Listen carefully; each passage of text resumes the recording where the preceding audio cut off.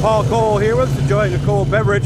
They're in between races right now. The Chevy Performance 75 just happened, and of course the Billy Whitaker Cars and Trucks 200 is coming. Paul Cole is the promoter at Land of Legends Raceway. Before we get going, let's get some rumors out of the way, and I heard these at the end of the year, and I know you did too. You are back, and everything's good. We are back at Land of Legends. We've already signed our option year. We're working on an extension. We're hoping to have that buttoned up next week or two, and we'll be promoting the 60th year of racing at Canandaigua Speedway. All right. Anything we're thinking about at this point? Because I know it's a little early, but we got to start thinking about the schedule, don't we? Well, it's going to be really interesting. We're watching what a lot of other tracks are doing as well. You know, it was a tough year for a number of tracks. We had a really good season. We had a great car count all year long. Our fan attendance continued to grow. Land of Legends TV had outstanding viewership, and we're just working on what do we do in 60 years? You know, okay. Maybe some 6,000 win races, maybe some 60 lappers, some other specials we're going to do along the way. You know, highlighting the history of the fantastic racing at Canandaigua Speedway. And with what we were talking about, you and I were having a little conversation. There's some tracks that ran this year that we know for sure are not racing, and some others that we don't know. I think every track needs to pay attention to what happened and what happens going forward, don't they? Yeah, I mean, right now racetracks really need to focus on building the show. I mean, racing is a show. We're here to put on a show for fans, and you know, we kind of got too lost in the nuances of, you know, how good is the track tonight?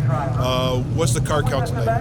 How's the tech? We need to worry about the show. The show is what we need to do to get right back in racing, and those are the things we're working on. And a lot of tracks need to be able to figure out how to get more attendance. By doing that, they need to be able to spend people's entertainment dollars wisely, and that's the biggest thing I'm looking at as we go from 2022 to 2023. The economy's tight.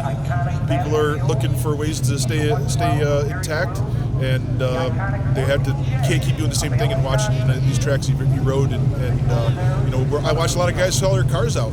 You know, it's getting more and more expensive for them to be able to operate. So it's a tenuous time here for racing. Probably the last time that any of us should be saying, because there's one phrase that always bothered me, Paul, and it was my job when I worked at the public television station. Every time somebody said this, I was supposed to challenge them. But we've always done it that way.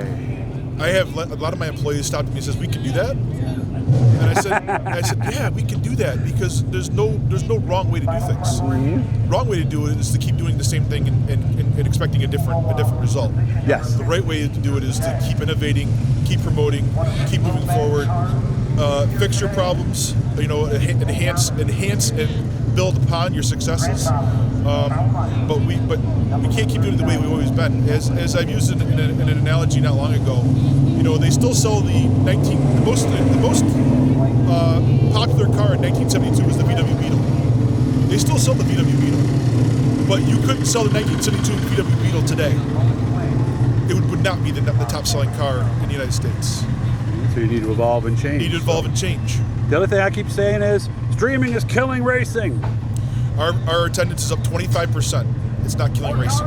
Versus last year? Versus over the last 2 years of doing it for free, our attendance is up 25%. So how does streaming help, and does it hurt maybe on that rating night? Well, I'm already selling things to people that aren't there. I'm selling your eyeballs when you're watching the show. So people say, well, I don't come. I'm not buying a hot dog. I'm not doing. Yeah, but I'm now able to put monetization to that. And when you do that, now I'm not worried about the people not showing.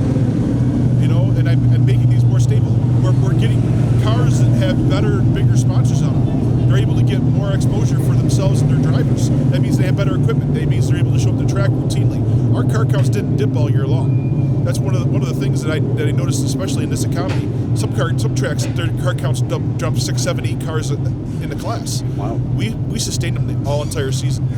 Part of that's about advertising. Part of that's about being seen. Part of that's about being able to expose your sponsors to your fans. Mm-hmm. Part of it is putting on the good show. And you know, we don't want to. I don't want to discredit my staff and our drivers. Frankly, we put on great shows all year long. We had a lot of great racing, and if we don't have great racing, that doesn't help. But if we don't have a good show, that's more important. There you go. And of course, we finished out with maybe the best 100-lap race maybe long distance race I've ever seen. Fantastic race. Fantastic race. We had 2 or 3 major modified shows this year that were just outstanding, and ones that people should put in their highlight reels. Good to see you, Paul. Banquet when? Banquet January 13th, Friday, January 13th at Club 86. I'll see you there. I'll bring my camera. You got it. Nice to see you, Paul. Thanks. Proud to work for you.